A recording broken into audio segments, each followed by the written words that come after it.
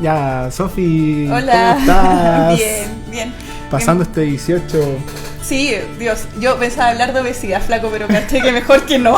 Íbamos a matar. No, nos íbamos a matarle matar la entre onda a todos. la gente y la empanadita el 18, yo hablando de obesidad, así que trajimos temas nuevos que vincula con los anteriores para que parezca que lo programamos, ¿no? Sí. Creo que ha sido un muy buen fin de semana para todos. Sí, que sea, sí. Estuvo bueno, estuvo un 18 vivible.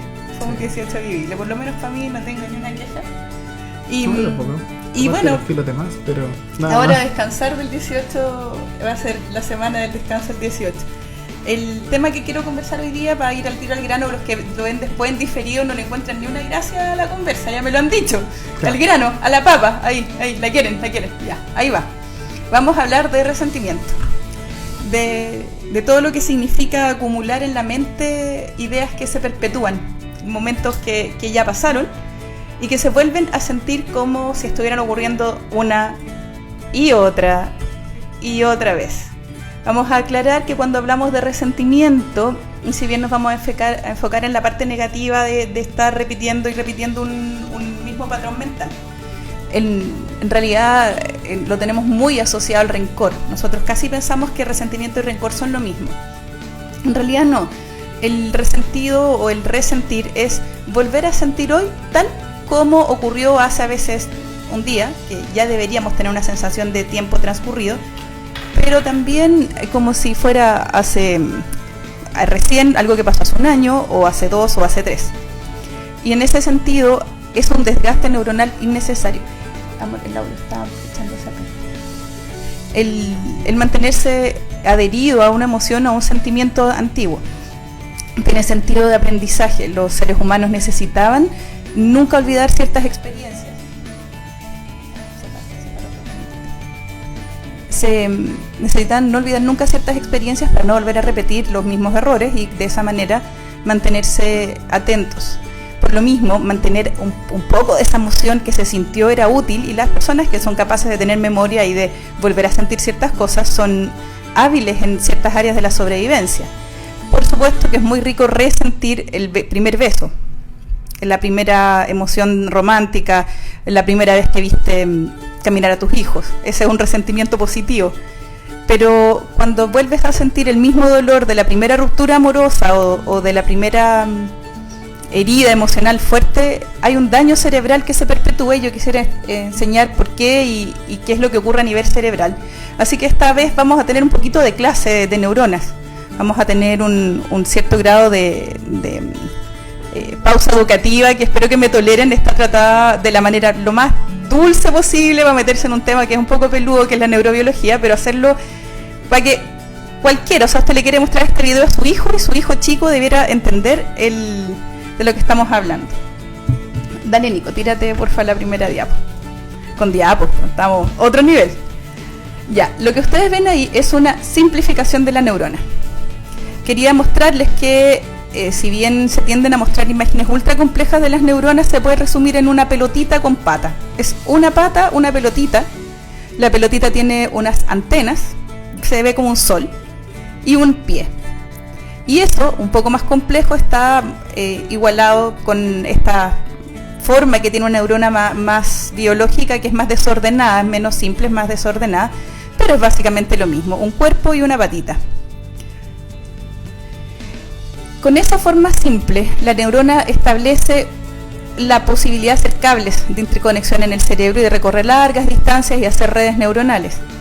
Y por eso nos han enseñado que las neuronas son como cables y que por tanto se asimilan a un proceso de electricidad, ¿no? Los cables de la cabeza, la electricidad, la luz, la ampolleta. Y eso no es verdad. No hay realmente electricidad en el cerebro. Eso como que flota, ¿no? Como que ha quedado como que son procesos eléctricos de las neuronas, y en realidad es una mala comprensión de que es electroquímico. Lo que hay son movimientos de pelotitas, de moléculas que se mueven de una parte a la otra, dentro y fuera y a través de la membrana. Pero a diferencia de lo que tenemos la sensación de cuando uno prende la luz, como que la luz fuera infinita, ¿no? Que la corriente uno prende y apaga, acá esto es como agua que está corriendo y que se acaba. Y líquida y flota en un ambiente líquido. Entonces yo quiero que vean cómo hay unos puntitos rojos al final de la patita de la neurona. Esas son bolsitas de neurotransmisores que cuando se liberan echan una nube de jugo sobre la siguiente neurona. Quiero que lo imaginen como un proceso sucio, lleno de líquido, de jugos. No quiero que lo vean como algo como los computadores y sus líneas de silicio. No. Esto es así, jugoso, como pegote, ¿ya? Dale, por favor. Si nosotros hacemos un acercamiento, por Dios, miren el talento pictórico aquí, y vemos solamente el área de esta emisión de juguito, dale la siguiente, Marcioso. Vamos a ver una serie de pelotitas que liberan sustancias sobre la antenita de la neurona que viene. Esas sustancias irritan a la neurona que viene y se hace una especie de sistema de postas donde un estímulo se transmite por continuidad de estímulos de estas bolsitas de neurotransmisores. Y si ustedes miran ahí, hay unas pelotitas verdes que se comen el exceso de ese jugo, porque si no la neurona quedaría eternamente prendida y excitada. Esas pelotitas verdes son una enzima que se come los neurotransmisores y es tremendamente importante que le pongan atención. Probablemente en algún otro programa de depresión vamos a volver sobre esta enzima, porque es aquí donde actúan los antidepresivos. Cuando alguien toma antidepresivos, lo que hacen los antidepresivos es anular estas bolsitas de comer neurotransmisores y eventualmente hacer que los neurotransmisores duren más porque se están destruyendo menos. ¿Por qué existen estas pelotitas, estas enzimas? Existen porque si no, como esto es un jugo, empezaría a inundar todo el cerebro y el estímulo ya se volvería una cosa generalizada y no tendría la precisión que tiene si es que solamente se excita esa patita en ese momento con esa única antena receptora.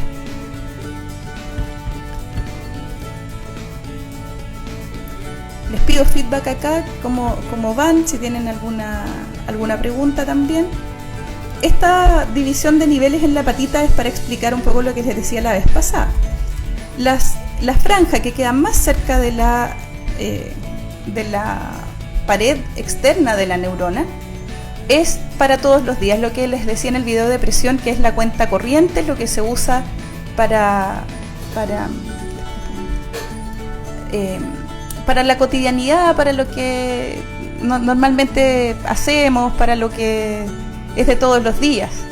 La segunda franja, un poco más lejos, es cuando ya te gastaste la primera y es tu ahorro, es lo que está para las emergencias, es lo que no deberíamos gastar, pero nos gastamos cuando estamos estresados. ¿Se acuerdan que hablamos de estrés? En el estrés uno se gasta la franja media. Y lo que comparábamos que era la cuenta de ahorro. Y en el último pedacito, ya casi cerca del cable, está la reserva extra, está como lo que llamamos la cuenta corriente, y es cuando ya caemos en depresión, cuando ya casi que son bolsitas bolsitas de neurotransmisores muy verdes, muy difíciles de sacar. En la medida que una red neuronal se activa, se van produciendo viajes y comunicaciones entre las neuronas. Y si bien una neurona es relativamente simple, imagínense una red de neuronas como la que está ahí, está dibujada de manera muy simplificada, e imagínense esto además en 3 dimensiones. Conexiones que suben, bajan, viajan, se mezclan con las del cerebelo, con las de la columna vertebral, cientos de miles de millones de neuronas interconectando entre ellas y transmitiéndose información cada vez que ustedes tienen un pensamiento, cada vez que sienten algo, cada vez que idean algo, y cada vez que eso ocurre, ustedes están gastando estas bolsitas, nosotros, yo también, estamos gastando estas bolsitas de neurotransmisores que son oro, son escasísimas, y con eso logramos sostener nuestros pensamientos, nuestros deseos, nuestros planes, nuestra fuerza de voluntad, todo lo que somos. A mí no deja sorprenderme que eso que nosotros podemos manifestar en la Tierra, porque no es realmente lo que somos mucho más que eso, pero aquello que sí podemos manifestar requiere que el vehículo de manifestación, esta compleja red, esté funcionando y esté funcionando bien. Y dentro de ese funcionamiento, de ese buen funcionamiento, el cerebro, que optimiza todo lo que hace, genera líneas de intercomunicación que se sostienen más que otras. Dale, Nico, por favor. el cerebro empieza a funcionar y tiene un movimiento fluido, tiene que estar en un estado neutro bien. Para eso se encienden áreas y áreas que se mantienen más apagadas dependiendo de la actividad que estamos haciendo, y en ese rato algunas de las áreas tienden a descansar. Cuando tenemos un pensamiento que es reiterativo, en el pensamiento reiterativo se produce un proceso que se llama facilitación neuronal, que lo diseñé ahí en rojo. La idea es recordar que cuando uno hace siempre algo, cualquier aprendizaje, lo que uno haga, siempre, va a tener privilegios dentro del cerebro, se va a estimular más, se va a sostener, se le va a permitir tener más dendritas, se le va a permitir tener más fuerza, mientras que las cosas que se usan poco empiezan a decaer. De ahí que cuando uno necesita aprender algo es importante repetir, volver a repetir y una vez más repetir. Cuando lo que se ha aprendido es doloroso, cuando lo que se ha vivido es angustiante, este proceso se mantiene igual. Dale, amor, por favor. Y núcleos cerebrales quedan activados en dolor. Y eso es lo que quisiera, dentro de todo, que pudieran visualizar. Esta imagen, por simple que es tremendamente importante. Estos núcleos terminan por tener vida propia, no escoge uno qué es lo que va a pensar, es el cerebro en sí mismo el que termina siendo adicto a ciertos pensamientos y repite ciertas líneas mentales que se sostienen a sí mismas en el tiempo. Cuando estas líneas son de dolor y desagrado, comienza el fenómeno que, acotándolo a esto que estamos hablando de patología, vamos a llamar resentimiento o resentimiento patológico. Como les explicaba antes, tener sentimientos que se repiten puede ser muy placentero. Nosotros generalmente los llamamos recuerdos. Recordare es volver a traer al corazón. Cuando uno vuelve a traer al corazón dolor y ansiedad, en realidad lo que está haciendo es permitir que estos núcleos autónomos ya prácticamente actúen por sí mismos. Dale, Nico, con el siguiente. Para poder evitarlo, yo recomiendo 3 líneas principales, y que vamos a hablar un poquito de eso ahora, pero quiero que queden en la gráfica. Básica y principalmente la risa. Ríanse todo lo que puedan de todo lo que pillen. Reírse genera una oleada neuronal que recorre todo el cerebro. Es de las pocas cosas que hacen que todo se active. Se activa el cuerpo físico, se activa la parte verbal, se activa la parte de recuerdos, de la corteza prefrontal, el fondo, todo se activa cuando uno se ríe. Y cuando eso ocurre, estos núcleos, al conectarse con otras redes neuronales, empiezan a soltar su prevalencia, ya no están ganando. En la medida que se han facilitado, empiezan a tener más poder y más incidencia en nosotros, que es lo que tiene el deseo sexual. Incluso hay gente que es incapaz de acercarse y excitarse o de alegrarse porque su pensamiento oscuro ya la tiene atrapada. Un mecanismo que no es tan fácil porque nuestra sociedad no está muy habituada a enseñarlo y que requiere aprendizaje también efectivísimo de este cuento es el perdón. Cuando uno aprende a perdonar, no significa que uno deje de establecer correcciones o que uno no imparta justicia. Significa que uno lo hace desde un centro mental y no un centro emocional. Ya no necesitas estar resentido, ya no necesitas estar herido ni recordar el odio para poder establecer justicia. Puedes hacerlo desde un código más intelectual. Y por supuesto, es nuestra receta infalible. Acá ustedes en todos los videos van a escuchar que la meditación.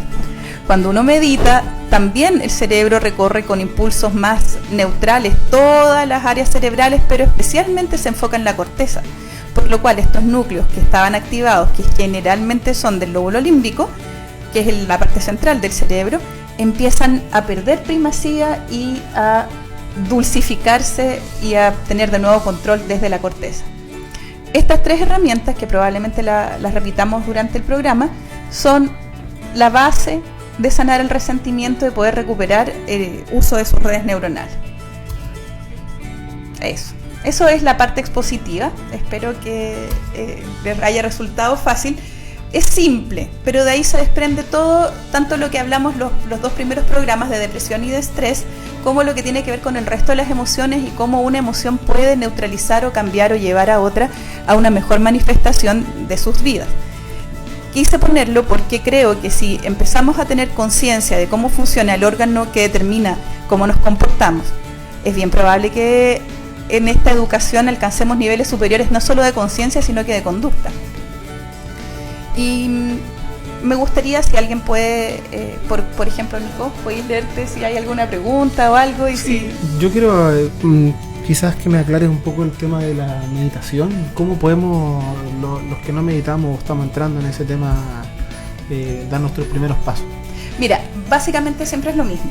El tema es que hay una neurona que está agarrada pensando algo, avería, y no va a soltar su primacía fácilmente. Quiere estar agarrada y uno tiende a sentir que eso es tremendamente importante porque es parte del que el núcleo lo sostiene. Pues muchas veces se sostiene en emociones de justicia, y después vamos a hablar un poquito de eso de la justicia, pero en esto de que la neurona químicamente esté favorecida hace que sea muy difícil, si tú no te determinas a salir de ahí, que salgas. Por eso la meditación, la risa es la forma más espontánea. Generalmente viene alguien y te hace reír, pero la meditación es un acto de determinación personal. Tú decides que te vas a liberar de ese estado. ¿Y qué es lo que hace? Hace que te enfoques en algo que no sea ese pensamiento y te veas obligado de manera consciente a salirte de ahí y encender otro núcleo cerebral. Y cada vez que este otro intenta ganar, tú diriges tu atención a este otro núcleo cerebral. Un núcleo cerebral simple, que puede ser, por ejemplo, la respiración. Respirar es muy primitivo, lo cual significa que requiere mucha neurona de la base del cerebro. Y es habitual que algo tan antiguo gane, le mande, sea más poderoso que algo más nuevo.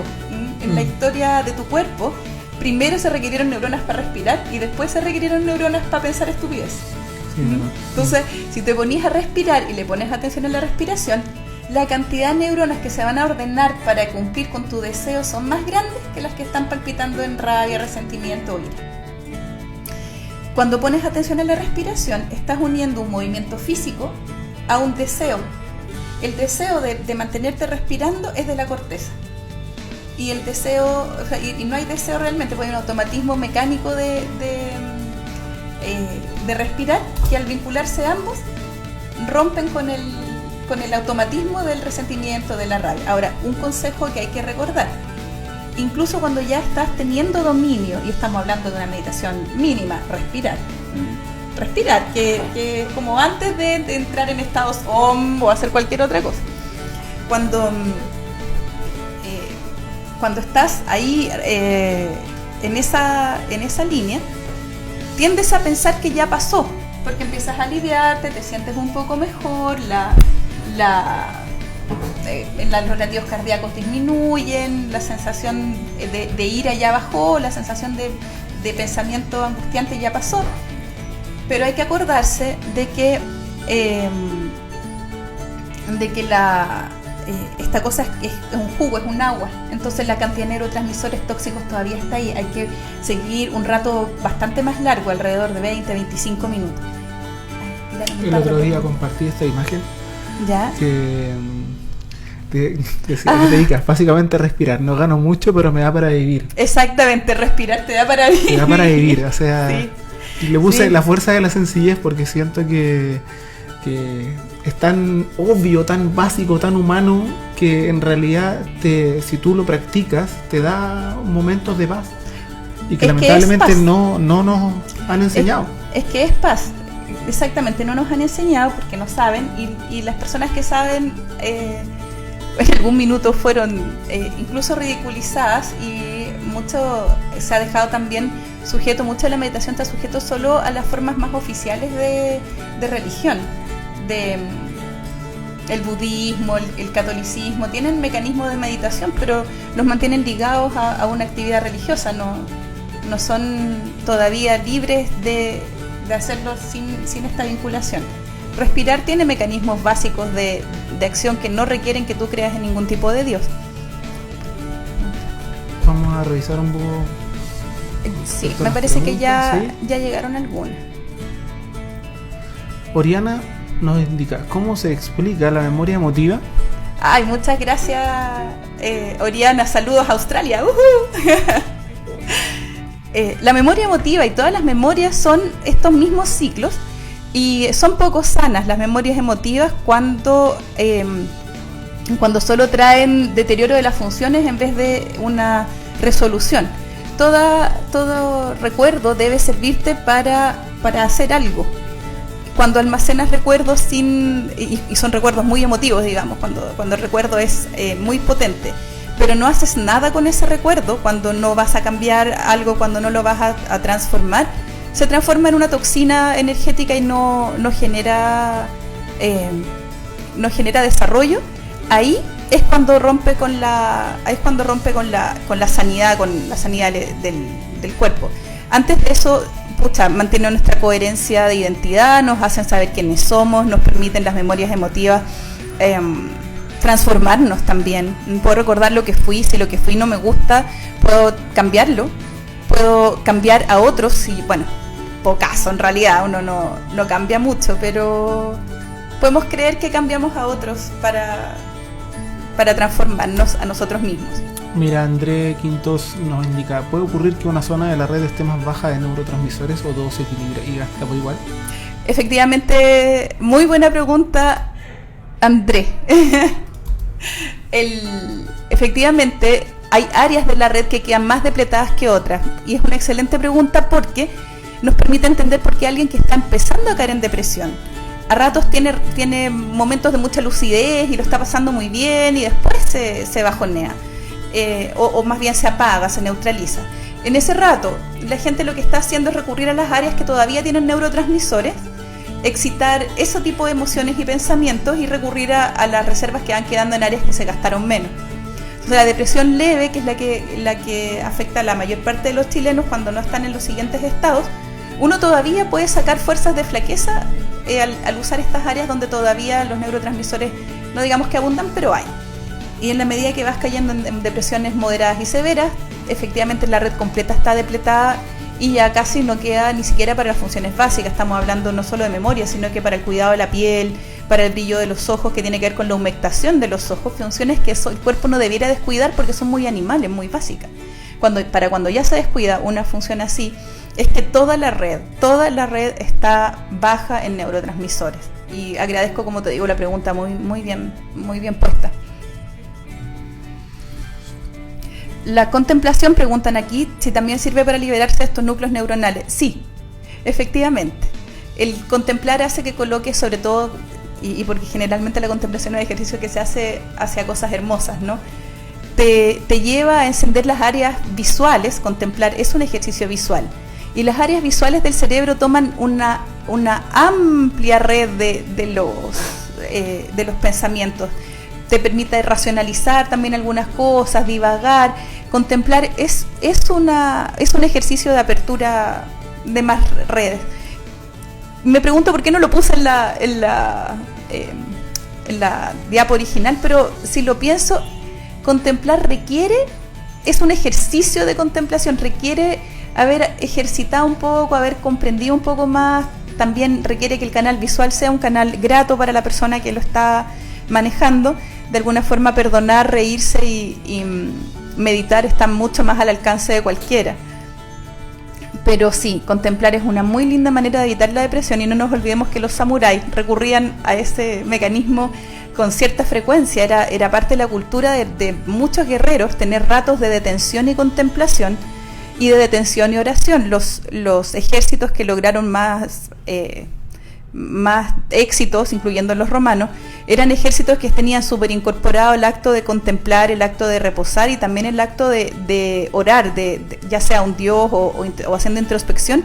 Tenían esa capacidad de revisarse.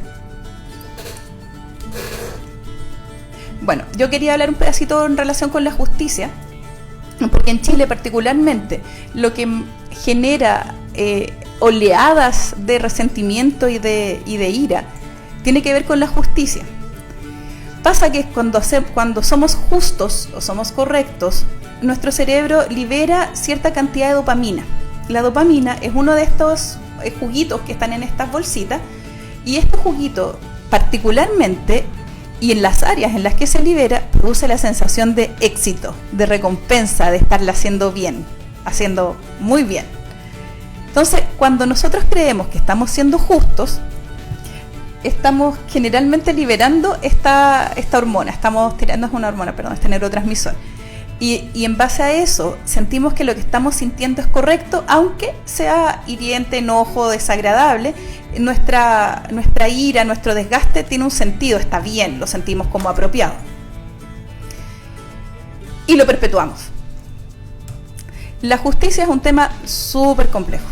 De verdad, para de entender de justicia hay que haber hecho su buena cátedra de filosofía y la están sacando los colegios, hay que hacer un buen análisis. Generalmente alegamos que algo es injusto cuando no nos conviene, decimos lo injusto que es cuando algo nos cae encima, pero no somos capaces de apreciar realmente que la justicia en rigor es un ejercicio intelectual que debe hacerse sin ira. Generalmente cuando algo nos enoja porque nos sentimos pasados a llevar, lo denominamos justicia, esto es injusto, y nos adherimos a esta emoción y la perpetuamos y se la contamos a nuestros amigos nos encuentran razón que es injusto y seguimos ahí en lo injusto que es esto, lo injusto que es esto, y desde ahí, sobre todo en nuestra cultura, se instala el resentimiento, que se perpetúa, como les decía, por este ejercicio tóxico entre que sí, nos desgasta, pero nos proporciona la sensación de que somos correctos y que estamos enojados por algo que vale la pena. Y la verdad, no. Es solamente una mala costumbre que nos lleva por caminos bien tóxicos y que sostiene heridas andando que pueden resolverse y deben resolverse con justicia y razón. Y estoy hablando de que vivimos en un país de muchos abusos sexuales, abusos políticos, abusos emocionales. Deben ser corregidos, solo que deben ser corregidos desde la clara razón de que esto es incorrecto y no desde la ira, puesto que eso desangra, daña, hiere y sostiene círculos de acción con cerebros mal llevados y mal entrenados. Eso. Y la justicia... Eso quería comentar a nivel de justicia biológica, ¿no? Y dependiendo del punto de vista, desde dónde se imparte, quién lo dice. Claro. ¿Dónde está la justicia? Claro, yo tengo mucha gente... Que es para ti justo y que el otro no. Exacto. Por ejemplo, es súper injusto, pero súper injusto que yo coma todos los días. Si hay millones de personas en Chile y en el mundo que no comen todos los días, ¿por qué yo debería comer todos los días? Pero yo generalmente me enojo cuando alguien, no sé, viaja a Tahití.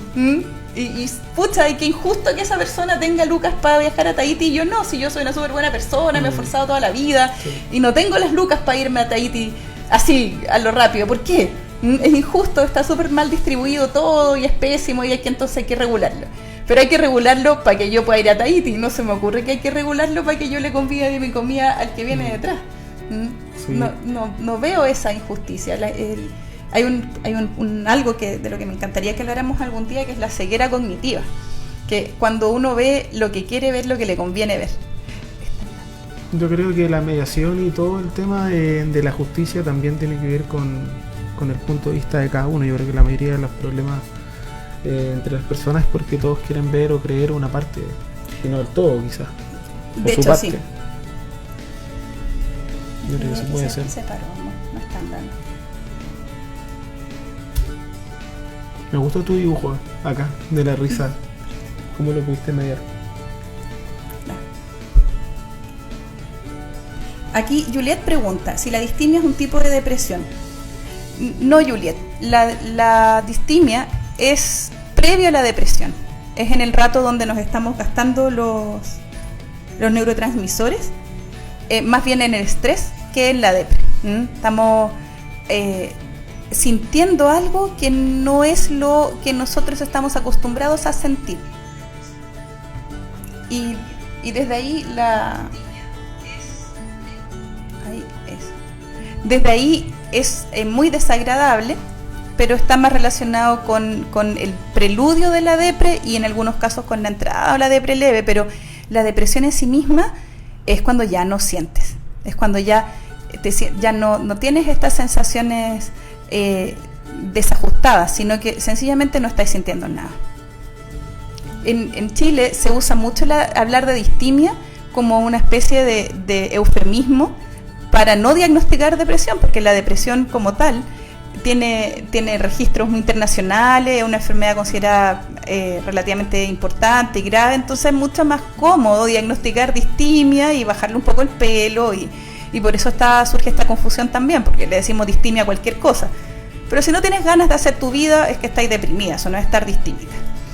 Y si a rato tenéis pena, si a rato no, como que sentís que no encajáis, pero estáis bien y te hacís tu vida igual y andáis medio contentita a rato, entonces eso ya no es distinto. O sea, perdón, eso es distinto.